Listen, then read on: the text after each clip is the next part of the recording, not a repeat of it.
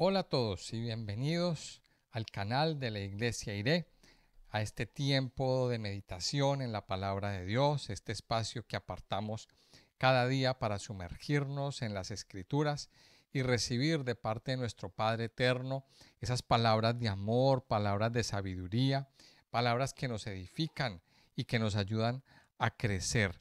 Mi nombre es Carlos Muñoz y en nombre de la Iglesia Iré saludo a todos aquellos que nos escuchan a través de este medio, a los amigos, a los familiares, a los discípulos, a los consiervos y a todo aquel que anhela cada día recibir el mensaje de Dios en sus vidas y en sus corazones. Y antes de comenzar la meditación del día de hoy, quiero invitarlos a que escuchen este audio hasta el final, a que lo compartan con otras personas, con sus amigos, en sus grupos, en sus estados. También invitarles a que les den me gusta, a que se suscriban a nuestro canal para seguir aprendiendo más y más de la palabra de Dios. Nuestro objetivo como iglesia es cumplir con la gran comisión, cumplir con el compartir la palabra de Dios, compartir el mensaje de las buenas noticias, el mensaje de salvación a muchos corazones que hoy están necesitando de este mensaje de ayuda y de salvación en sus vidas. Así que les doy la bienvenida y vamos a meditar en la palabra de Dios. Vamos a ir hoy a Mateo capítulo 4, en la segunda parte. El día de ayer pues estábamos hablando acerca de la tentación, de ese periodo de preparación que el Señor, por el que el Señor atravesó, ese periodo de preparación al que el Padre lo envió para estar fortalecido en su humanidad. Recordemos que Satanás quiso tentarlo en varias facetas de su vida. Estuvo 40 días ayunando. Cuando terminó ese tiempo de ayuno, al día 40, pues el Señor tuvo hambre, empezó a experimentar esa necesidad. Y ahí en ese momento de hambre, pues Satanás quiso tentarlo, quiso aprovechar este momento para empezar a atacar con una serie de tentaciones. Y vemos cómo el Señor se defendió a través de la misma palabra de Dios. Y esto nos dio una lección bien grande acerca de cómo vencer la tentación en nuestra vida. Y el arma más grande que nosotros tenemos para vencer la tentación, pues es precisamente la palabra de Dios. Tener la palabra de Dios clara y estar fortalecidos día tras día. Y a ver, aquí hay una cosa que debemos entender y es que Satanás no cesa en sus ataques hacia nosotros. Él siempre va a querer que nosotros caigamos, él siempre va a querer que nosotros nos dobleguemos, que nosotros le adoremos a él como intentó hacerlo con el Señor, pero también lo intenta hacer con nosotros. Cuando nos dice, pues si usted quiere poder, pues ríndame su vida.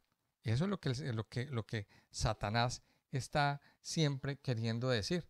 Y cuando nosotros pues cedemos ante la tentación, cuando nosotros cedemos ante estos ataques, pues terminamos cediéndole nuestra vida, cediéndole áreas de nuestro corazón y arrodillándonos delante de Él, haciéndolo a Él el Señor de nuestras vidas. Cuando lo que Dios verdaderamente quiere es ser el Señor de nuestras vidas. Entonces, ahí es donde está nuestra lucha.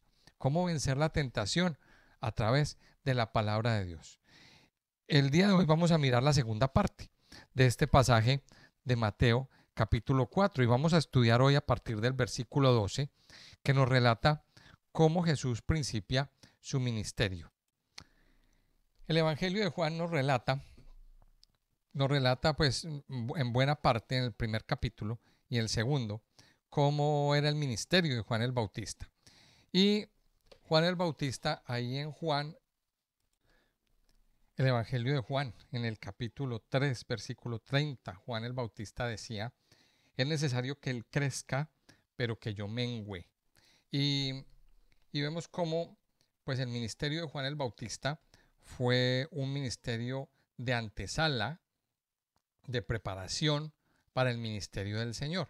Es decir, el ministerio de Juan sirvió para preparar el camino del Señor. Y en este ministerio pues vamos a estudiarlo un poquito más a fondo cuando lleguemos al Evangelio de Juan, que es el que más nos profundiza un poquito acerca de la historia de Juan el Bautista. Pero era necesario que el ministerio de Juan el Bautista terminara para que iniciara el ministerio del Señor. Recordemos esto siempre, que es muy, muy importante entenderlo. El objetivo del ministerio de Juan era preparar el camino para que el Señor apareciera en escena y empezara a hacer lo que tenía que hacer. Y una vez terminado el ministerio de Juan, pues arranca el ministerio del Señor. Y entonces así es como arranca la segunda parte del capítulo 4, a partir del versículo 12. Dice: cuando Jesús oyó que Juan estaba preso, volvió a Galilea, y dejando a Nazaret, vino y habitó en Capernaum, ciudad marítima, en la región de Zabulón y de Neftalí, para que se cumpliese lo dicho por el profeta Isaías, cuando dijo: tierra de Zabulón y tierra de Neftalí, camino del mar, al otro lado del Jordán, Galilea de los gentiles. El pueblo asentado en tinieblas vio gran luz, y a los asentados en región de sombra de muerte, luz les resplandeció. Desde entonces comenzó Jesús a predicar y a decir: arrepentíos, porque el reino de los cielos se ha acercado. Andando Jesús junto al mar de Galilea, vio a dos hermanos, Simón llamado Pedro, y Andrés su hermano, que echaban la red en el mar, porque eran pescadores. Y les dijo: venid en pos de mí, y os haré pescadores de hombres. Ellos entonces, dejando al instante las redes, le siguieron. Pasando de allí, vio a otros dos hermanos, Jacobo, hijo de Zebedeo, y Juan, su hermano, en la barca con Zebedeo su padre, que remendaban sus redes, y los llamó. Y ellos, dejando al instante la barca y a su padre, le siguieron.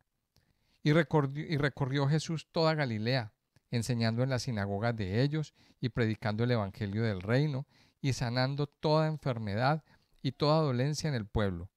Y se difundió su fama por toda Siria, y le trajeron todos los que tenían dolencias, los afligidos por diversas enfermedades y tormentos, los endemoniados, lunáticos y paralíticos, y los sanó. Y le siguió mucha gente de Galilea, de Decápolis, de Jerusalén, de Judea y del otro lado del Jordán. Vemos entonces en este versículo 12 cómo arranca oficialmente el ministerio del Señor, y arranca pues aparentemente con una mala noticia.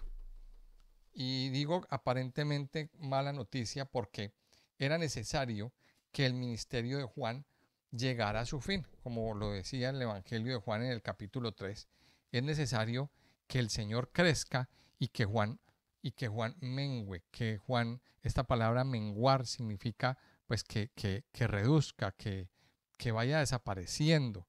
Eso significa. Ahora, usted podría preguntarse, pero ¿cómo es posible? ¿Cómo es posible? Mire, el objetivo del ministerio de Juan, recordémoslo siempre, era anunciar la llegada del Señor. Pero una vez el Señor entra en escena, una vez el Señor es bautizado y una vez el Señor es ungido de parte de Dios, pues ya el ministerio de Juan ya no tiene ningún sentido. Y porque el ministerio de Juan era basado en el arrepentimiento. El ministerio de Juan era un anuncio del ministerio del Señor. Y ya no tendría ningún sentido. Es más, en el mismo Evangelio de Juan encontramos cómo estos discípulos que el Señor empieza a encontrar eran discípulos de Juan. Eran discípulos de Juan. Entonces, de pronto en la iglesia puede haber una controversia diciendo, pero ¿cómo así? Si son discípulos de pero ¿cómo se vienen con el Señor? Pues el objetivo era ese, precisamente, que los discípulos siguieran al Señor. Y ese era el objetivo de Juan, hacer discípulos no para él, sino para el Señor. Entonces dice que cuando Jesús oyó que Juan estaba preso, dice que volvió a Galilea. Eso nos dice entonces que el Señor no estaba en Galilea, el Señor estaba en el sur.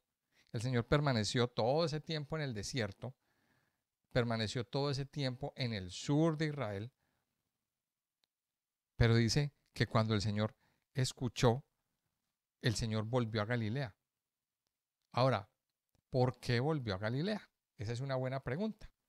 Uno podría preguntarse, pero bueno, si se trata de iniciar el ministerio, pues lo hubiera podido iniciar en el sur, en, en Jericó, en Jerusalén y en las ciudades en Beersheba, por allá, en esa parte del sur. Pero había un objetivo claro. Dice que el Señor volvió a Galilea. Dice versículo 3, y dejando Nazaret, vino y habitó en Capernaum. Es decir, el Señor, recordemos, en el capítulo 2 nos dice que José se fue a Nazaret con su familia y allí habitó. O sea, allí en Nazaret estaba su casa, su hogar. En Nazaret estaba pues la casa de sus papás, la casa de su familia, la casa familiar. Era su pueblo donde había crecido, era el pueblo donde estaban sus amigos, sus vecinos, etcétera, etcétera. El pueblo de Nazaret era su pueblo.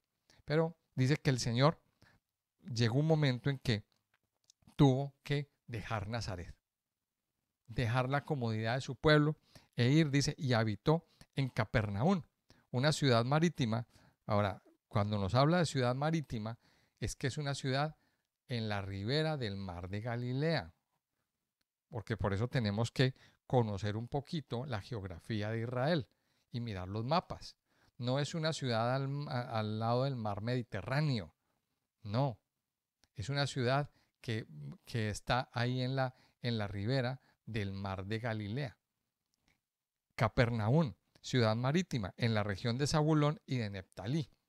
Y esto es muy importante entenderlo y ya vamos a entrar a analizar este hecho. ¿Por qué el Señor se fue a Capernaum? Ahora, en esta ciudad es una ciudad pues bien especial porque está entre las fronteras de estas dos tribus. Recordemos que el pueblo de Israel anteriormente estaba dividido en 12 tribus y dos de esas tribus eran la tribu de Zabulón y la tribu de Neftalí.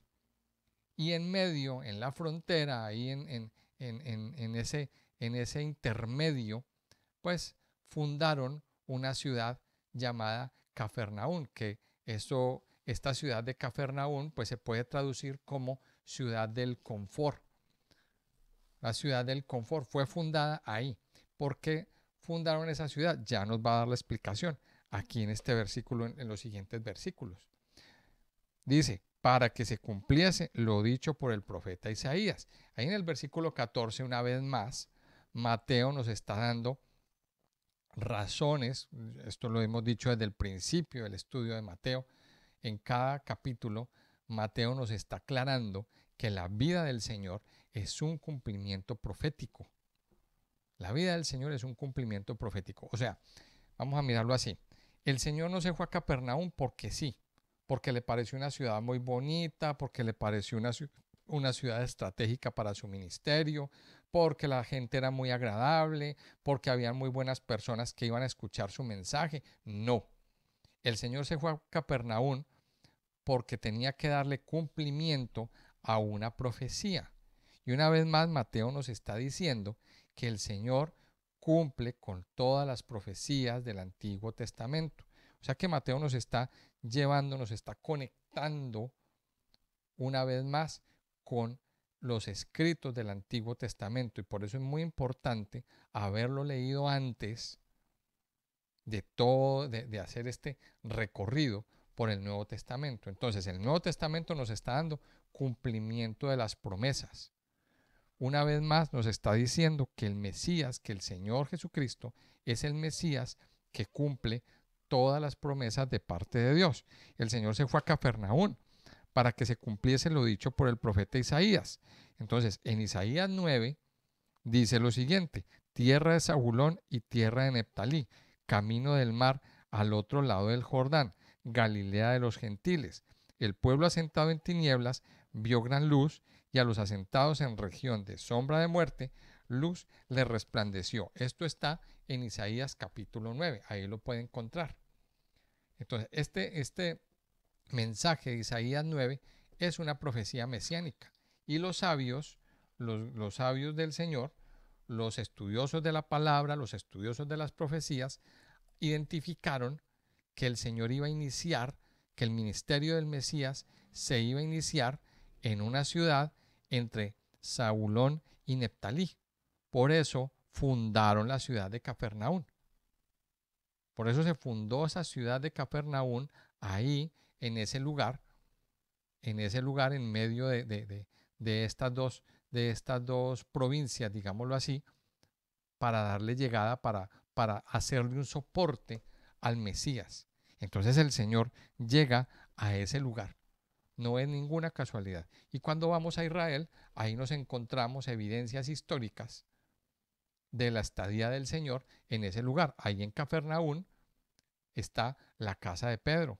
Ahí hay unas ruinas y ahí podemos ver y podemos mirar que hay una casa inmensa de grande que han descubierto, y ahí era la vivienda del Señor. Ahí vivía él. El Señor dejó Nazaret y se fue a Capernaum. Ahora, ¿qué es lo que nos dice Capernaum? Dice aquí, ¿qué es lo que nos dice de Capernaum? Vamos a mirar lo que dice Isaías capítulo 9. Vamos a ir directamente a esta profecía para que vamos entendiendo la dimensión de lo que el Señor quería darnos. Y dice Isaías 9, versículo 1, dice, mas no habrá siempre oscuridad para la que está ahora en angustia, tal como la aflicción que le vino en el tiempo que livianamente tocaron la primera vez a la tierra de Zabulón y a la tierra de Neftalí, pues al fin llenará de gloria el camino del mar de aquel lado del Jordán, en Galilea de los gentiles. Versículo 2. El pueblo que andaba en tinieblas vio gran luz, los que moraban en tierra de sombra de muerte, luz resplandeció sobre ellos. Mire qué especial que en esta profecía el Señor habla de una región de oscuridad, de una región de muerte. Para que entendamos un poquito el contexto de esta profecía, resulta que cuando el imperio asirio, cuando los asirios iniciaron su ataque para tomarse el reino de Israel, el reino del norte, pues ese ataque, esa invasión asiria al reino del norte, pues empezó precisamente por las tribus de Zabulón y de Neftalí. Y allí hubo grandes muertes, grandes masacres, allí hubo mucho dolor. O sea que los más afectados, podríamos decir que los más afectados con la invasión asiria, pues fueron estas tribus de Zabulón y de Neftalí. O sea, hubo mucha muerte, hubo mucha oscuridad. Y aparte de la muerte, pues también recordemos que los asirios tenían por costumbre, pues, erradicar los poquitos que quedaron vivos, llevárselos y traer otras personas que eran de unas costumbres diferentes, de unas costumbres paganas, de unas costumbres muy contrarias a lo que decía la palabra de Dios. Es decir, ellos repoblaron la tierra con otro tipo de personas. Y entonces, claro, esas personas pues trajeron sus costumbres paganas, su adoración a otros dioses, sus negocios, es decir, todo eso, y la costumbre que tenía la tierra pues se perdió. Y vino oscuridad, aparte de la muerte, de la sombra de muerte que había sobre esta tierra, pues vino oscuridad, vino una cantidad de cosas. Entonces dice que ahí es donde empiezan los gentiles. Dice que el pueblo que andaba en tinieblas vio gran luz. Los que moraban en tierra de sombra de muerte, luz resplandeció sobre ellos. O sea que lo que nos dice Isaías 9 era que la luz iba a empezar a resplandecer. ¿En dónde?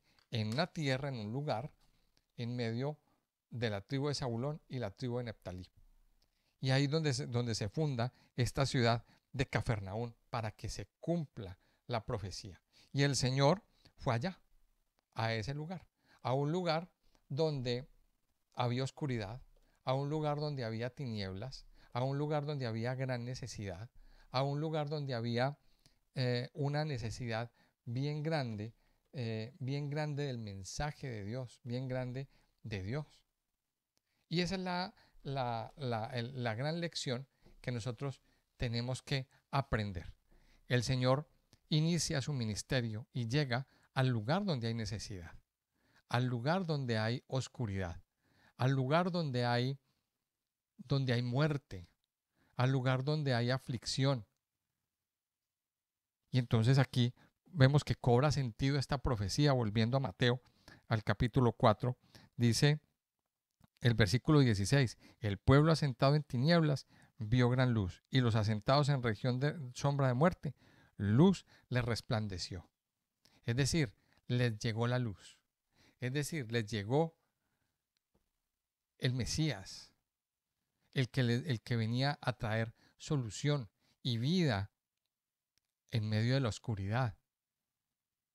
Qué bendición tan grande. Muchas veces nosotros estamos viviendo un Cafarnaún dentro del confort de nuestras vidas, dentro de llenándonos de muchas cosas, pensando que por tener una bonita vivienda, por tener un sueldo, un salario bueno, por vestirnos de una determinada manera, pues nuestra vida ya está solucionada. Y no es así. Se necesita al principal para traer vida. Y eso es lo que vivía la gente en Cafarnaún. Sí, había confort, había paz. El pueblo, bueno, la ruina de ese pueblito está asentada en un lugar muy apacible.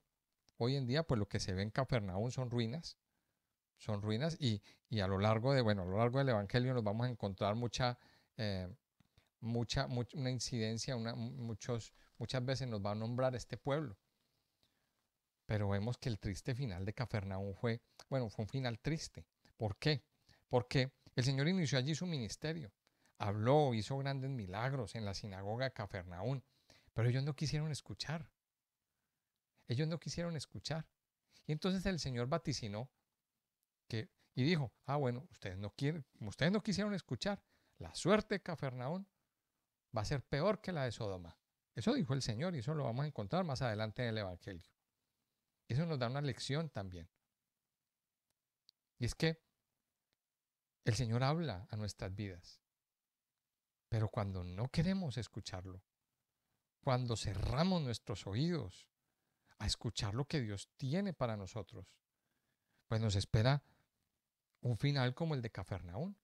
Hoy en día este pueblo de Cafarnaún son ruinas, son piedras, nada más.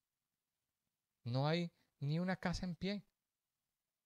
Ni siquiera la casa que era del Señor Jesucristo está en pie. Usted la ve, las ruinas, los muros por la mitad.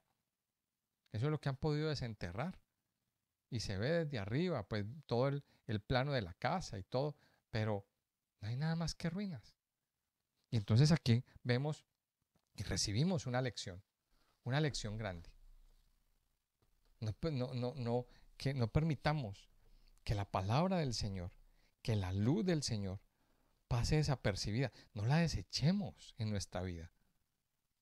No desechemos en nuestra vida la luz que el Señor quiere venir a traer para traer solución a nuestras tinieblas. El Señor quiso traer el mensaje a Cafarnaún y Cafarnaún no escuchó la voz del Señor. Escuche usted la voz del Señor. Permita que el Señor ilumine sus tinieblas. Permita que el Señor lo saque de ese valle de sombra de muerte en el que usted ha estado metido gran parte de su vida. Él viene a traer solución. Él viene a traer vida. Él viene a traer gozo, viene a traer consuelo a su vida. Ahora miremos que en la segunda parte del versículo 17 nos muestra cómo el Señor empezó su ministerio no con gran elocuencia, no con grandes palabras, sino captando discípulos, captando seguidores. Y vemos aquí el testimonio de cómo en el versículo 17 dice que desde entonces O sea, aquí nos muestra toda la historia de Capernaum, pero dice, versículo 17, desde entonces comenzó Jesús a predicar y a decir, arrepentíos porque el reino de los cielos se ha acercado. O sea, el Señor no iba a hablar otro lenguaje diferente al lenguaje de Juan. Realmente el lenguaje de Juan era el lenguaje del Señor. Juan estaba sintonizado con el Señor. No era Jesús el que estaba sintonizado con Juan. Era Juan el que estaba sintonizado con la palabra de Dios. Y el mensaje verdadero es este. Arrepentíos porque el reino de los cielos se ha acercado. Y en el recorrido del Evangelio nos estamos encontrando este mismo mensaje y esta misma idea. Y esto nos puede llegar, aquí podemos llegar a una conclusión. Esto es el Evangelio. El Evangelio es arrepentimiento. Ahí no tenemos otro mensaje. Mire que el mensaje es el mismo. Y el llamado que el Señor estaba haciéndole al pueblo de Cafarnaún y al pueblo en general era: arrepiéntanse, arrepiéntanse, porque el reino de los cielos se ha acercado.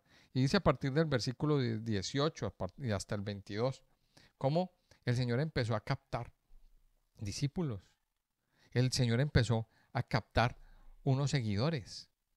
Y dice que encontró unos pescadores, a Pedro y a Andrés su hermano, que estaban echando la red en el mar, porque eran pescadores. Más adelante, pues nos encontramos el relato de la pesca milagrosa, nos lo cuenta otro evangelio, cómo el Señor cautivó a Pedro y a otros discípulos para que lo siguieran con un milagro. No lo dice Mateo, lo dice más adelante, lo dice Lucas, y lo relata también otro evangelista. Mateo no nos lo cuenta, Mateo no nos da detalles, pero eso lo sabemos por otro evangelio. Pero dice que el Señor Jesucristo aquí vio a dos hermanos, a Pedro y a Andrés, y les dice: vengan en pos de mí y yo los voy a hacer pescadores de hombres. Lo resume en 2 versículos, pero sabemos que ahí lo que pasó es que el Señor hizo un milagro de una pesca milagrosa, y eso dejó de rodillas a Pedro, dejó de rodillas a muchos discípulos. Y dijeron: aquí, o sea, nuestro sentido en la vida ya no es la pesca, es ser pescadores de hombres. Y estos hombres descubrieron cuál era su vocación, cuál era el sentido de su vida. Estos hombres estaban dedicando horas, días, semanas, años a una labor. Y pensemos en las labores diarias que nosotros hacemos. Cada uno tendrá su trabajo, cada uno tendrá su forma de ganarse la vida, pero pensemos cuán rutinaria es. Usted llega a su trabajo, se sienta en un lugar o hace una tarea y siempre la misma tarea, siempre lo mismo. Todos los días, semana a semana, día a día, semana a semana, mes tras mes, año tras año, usted está haciendo lo mismo. Está haciendo lo mismo, siempre. Una tarea muy rutinaria. Hay quien, y muchas personas, pues, se aburren de estar haciendo lo mismo. En un ciclo, es un ciclo. Y los pescadores, pues sí, vivían igual. O sea, esto es un tema que es igual en el siglo del Señor y en el siglo XXI, hoy en día. Entonces, yo no sé si usted se lo ha preguntado, pero ¿qué sentido tiene hacer esto? ¿Será que no hay algo más para nosotros? ¿Algo más grande? ¿Algo más poderoso? ¿Algo más que estar limpiando, que estar conduciendo un taxi, que estar sirviendo en una cafetería o en un restaurante? Pues el Señor le dice a estos hombres: mire, vengan en pos de mí y yo los voy a hacer pescadores de hombres. Les tengo reservado un oficio, un sentido de su vida más grande que el que ustedes tienen. Y entonces aquí vemos otra lección, que cuando vamos al Señor, que cuando vamos en pos de Él, encontramos el verdadero sentido de nuestras vidas. ¿Para qué nacimos? ¿para qué estamos en esta tierra? Cuando llegamos a los pies del Señor, encontramos el verdadero sentido. ¿Para qué estamos aquí? Y el Señor les muestra otro camino. Y dice dice que ellos al instante, dice el versículo 22, dejaron al instante la barca y a su padre y le siguieron. Ellos lo dejaron todo y dijeron, por aquí es. Este es el sentido de nuestra vida. Ellos dejaron todo por seguir al Señor. Ahora la pregunta es, ¿tomaron una mala decisión? Vamos a pensarlo así. ¿Tomaron una mala decisión al hacerlo? No, no, porque en el Señor, o sea, esto fue dar un paso de fe. Esto es dar un paso de fe. Esto es aprender a vivir por fe. Aprender a vivir por lo que dicta el cielo. Yo sé que hay muchas personas que de pronto dicen, pero ¿cómo voy a dejar yo mi trabajo? ¿Pero cómo voy a dejar yo mi sustento, el trabajo que me ha costado tanto conseguirlo, el oficio por el cual yo vivo, para seguir a un predicador, para seguir en un ministerio? Mire, los que hemos dado ese paso de fe, podemos dar, digámoslo así, fe, perdona la redundancia, de que el Señor nos sustenta, de que el Señor es el que nos da lo que necesitamos. El Señor no nos deja abandonados, no deja abandonados a sus siervos. Estos hombres tomaron una decisión, siguieron el llamado del Señor. Y el Señor los tenía para cosas grandes y poderosas. Y lo vamos a ver a lo largo del relato. Vamos a ver que empezaron a vivir unas cosas sorprendentes y sobrenaturales. Ahora, yo no les estoy diciendo que entonces ahora lo vamos a dejar todo y vamos a seguir al Señor. Hay que obedecer a un llamado, porque no todos son llamados al servicio del Señor. No todas las personas son llamadas. Hay muchas personas que a lo mejor dicen por emociones, hago la aclaración, no, es que yo lo dejo todo para servirle al Señor y luego cuando llegan les va mal. Hay muchas personas que les ha pasado eso. Mire, esto no es para todo el mundo. No todo el mundo tiene una fe lo suficientemente grande para, para vivir en este nivel. No todo el mundo la tiene y no todos están llamados a servir de tiempo completo. Pero si usted que me está escuchando ha sido llamado a servir de tiempo completo, aprenda a creerle al Señor. Aprenda a creerle al Señor de que el Señor le dará su sustento y le dará lo que necesita. Y cosas sobrenaturales vendrán sobre nuestras vidas cuando le creemos al Señor. Termina el versículo o el pasaje en el versículo 23 al 25, diciendo, pues resumiendo lo que era esta primera parte del ministerio de Jesús. Dice, y recorrió Jesús toda Galilea, enseñando en las sinagogas de ellos y predicando el evangelio del reino y sanando toda enfermedad y toda dolencia en el pueblo. Entonces ahí en este versículo se resume prácticamente lo que era el evangelio y lo que era la misión del Señor Jesucristo. ¿Qué hacía el Señor? Pues enseñar, predicar el evangelio, sanar toda enfermedad y toda dolencia. O sea, era un ministerio, no solamente el ministerio era simplemente predicar y ya, no, era un ministerio de muchos frentes. Era un ministerio de muchos frentes. Dice que él enseñaba en las sinagogas, porque él era un rabino. Y aquí viene algo bien importante e interesante. El Señor enseñaba en la sinagoga. No, bueno, en este momento pues todavía no se nos aparece que había llegado al templo. Más adelante aparece la diferencia entre la sinagoga y el templo. El Señor también enseñaba en el templo. Pero aquí aparece la sinagoga. O sea, el Señor enseñaba en las sinagogas. Él iba a la sinagoga porque él era judío. El Señor Jesucristo, él era judío. Y él llegaba a la sinagoga a enseñar, pero dice que predicaba el evangelio. Y el evangelio es un llamado al arrepentimiento, un llamado a creer en ese arrepentimiento. Pero también dice que sanaba la enfermedad, sanando toda enfermedad y toda dolencia. Mire que era un ministerio completo. Él traía solución. Solución al alma, solución al cuerpo, solución a las necesidades básicas de las personas. El Señor Jesucristo trae esa solución. Dice que se difundió su fama por toda Siria y le trajeron todos los que tenían dolencias, los afligidos por diversas enfermedades y tormentos, los endemoniados, lunáticos, paralíticos, y los sanó a todos.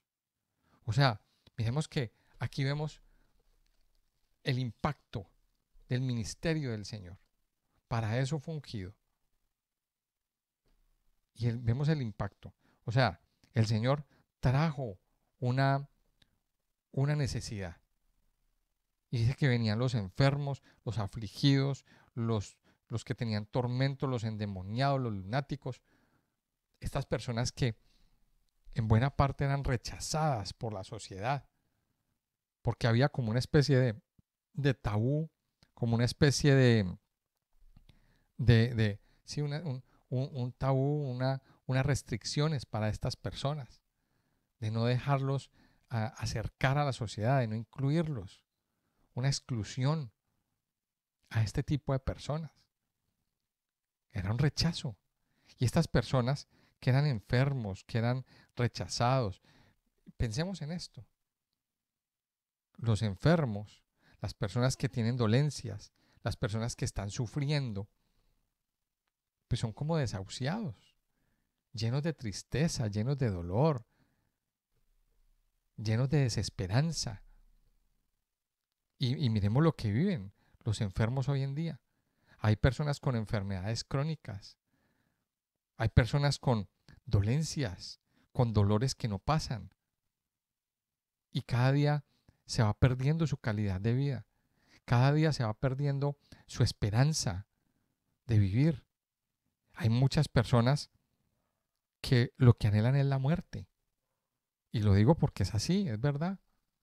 Cada día crece más y más la petición en los pueblos, en los países, de que autoricen la eutanasia.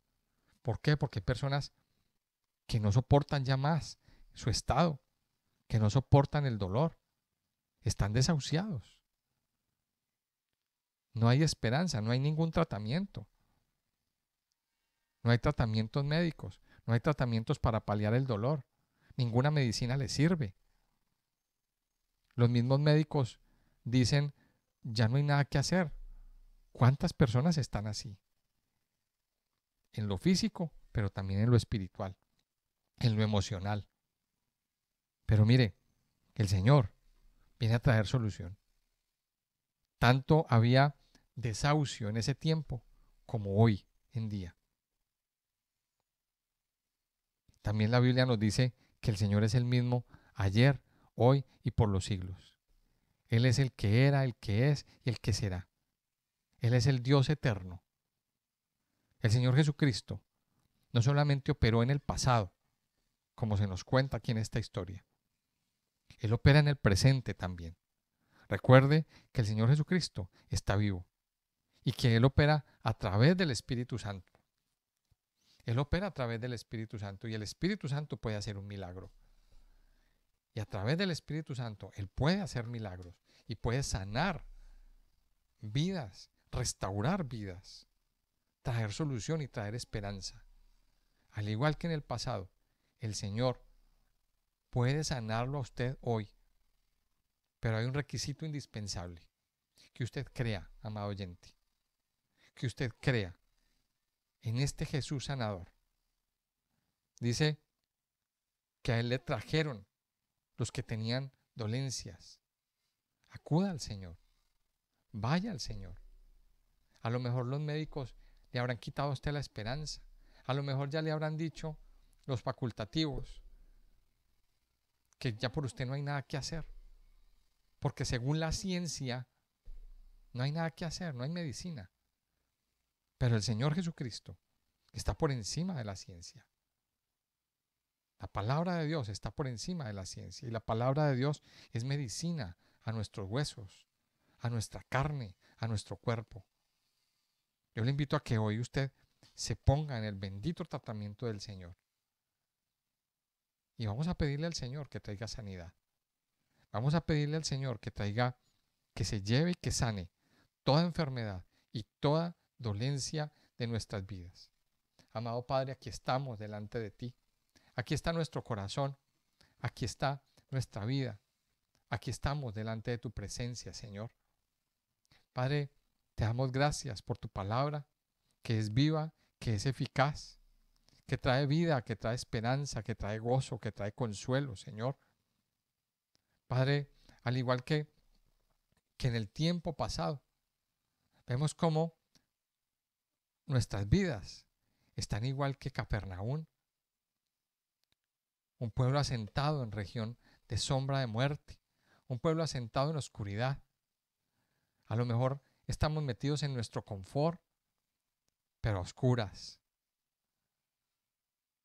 y en medio de la necesidad. Padre, pero tu palabra nos dice que en medio de ese pueblo que estaba en tinieblas, que estaba a oscuras, que estaba en necesidad, luz le resplandeció.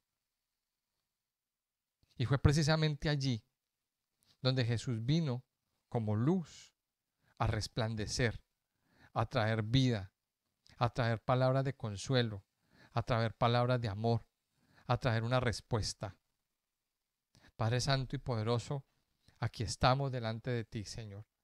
Nuestra vida la presentamos delante de tu altar. Padre, reconociendo nuestra necesidad, reconociendo, Señor, que como hijos tuyos estamos necesitados de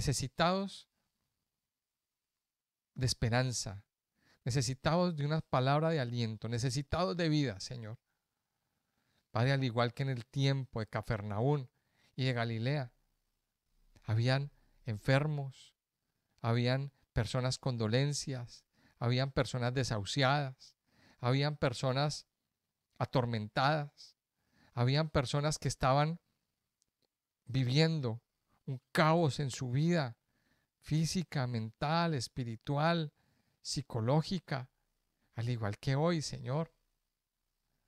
Padre, queremos venir delante de ti y poner, Señor, delante de tu altar nuestras vidas, Señor. Y yo le invito a usted, amado Hijo de Dios, a que conozca, a que venga delante del Maestro de Galilea, a que presente su vida delante de aquel que todo lo puede, que todo lo sana, aquel que es luz en medio de las tinieblas, aquel que trae solución en medio de aquella situación tan difícil y tan complicada que podamos estar viviendo en nuestras vidas. Al igual que en ese tiempo, yo le voy a invitar, amado Hijo de Dios, a que usted se presente hoy, a que presente su enfermedad, a que presente su diagnóstico. Y vamos a hacer un ejercicio delante del Dios, delante del Padre. Si usted tiene un diagnóstico por escrito, preséntelo delante del Padre en oración. Haga el deber de sacar esa hoja de papel donde dice que usted está enfermo de tal y cual cosa. Y preséntela delante de Dios y dígale: Señor, los médicos dicen que yo estoy enfermo, que yo estoy desahuciado, pero tú eres mi sanador. Tú eres el que sana toda dolencia. Tú eres el que sana toda enfermedad. Tú eres el que sana y me libera de todo tormento. Tú eres el único que puede traer paz, libertad a mi mente, a mi corazón, a mi alma, Señor. Tú eres el único que puede liberarme, Señor, de estos dolores en mis huesos, en mi columna, en mis piernas, en mis rodillas, en mi cabeza, en mis coyunturas. Tú eres el único, Señor, que puede hacer vivir las células que se están muriendo en mi interior. Tú eres el único, Señor, que puede erradicar el cáncer, la leucemia, la diabetes, el colesterol alto, los problemas de la sangre. Tú eres el único que puede hacer vivir las neuronas que están muertas. Tú eres el único que puede hacer vivir, Señor, el cerebro de nuevo, traer vida, Señor, y quitar todo Alzheimer, toda demencia, toda esquizofrenia. El único que puede traer vida a las neuronas. Yo te pido, Señor, que hoy tú traigas vida a todo aquello que está muerto. Que tú traigas vida, Señor, sobre todo aquello que se está deteriorando, a los músculos, a los huesos, a la columna, a la médula, a los órganos internos, al hígado, a los riñones,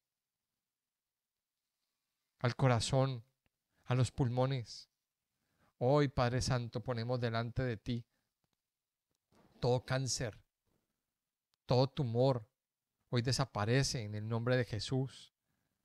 Hoy, Señor, nos apropiamos de la sanidad en el nombre de Jesús, de que tú eres nuestro sanador, de que tú eres nuestro libertador, de que tú eres el que cada día sana, libera, renueva y restaura todo nuestro ser.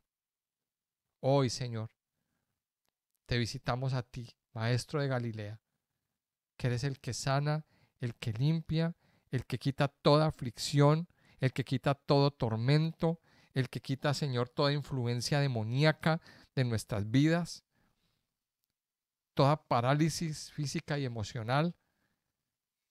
Y como dice tu palabra, Señor, a todos los sanaste. Hoy ponemos, Señor, nuestras vidas en tus manos y reconocemos con nuestra boca y con nuestro corazón de que tú eres nuestro sanador. Y yo le invito a que usted hoy lo diga: Señor, yo reconozco que tú eres mi sanador. Yo reconozco que tú eres mi sanador, que tú eres el que me libera, que tú eres el que me renueva y el que me restaura. Padre Santo y poderoso, yo te alabo y te bendigo, Señor, en este día. Gracias por sanar, por limpiar, por liberar y por darme un nuevo propósito para mi vida, Señor, para nuestras vidas. Yo te alabo y te bendigo, Señor, en el nombre precioso de Cristo Jesús. Amén y amén.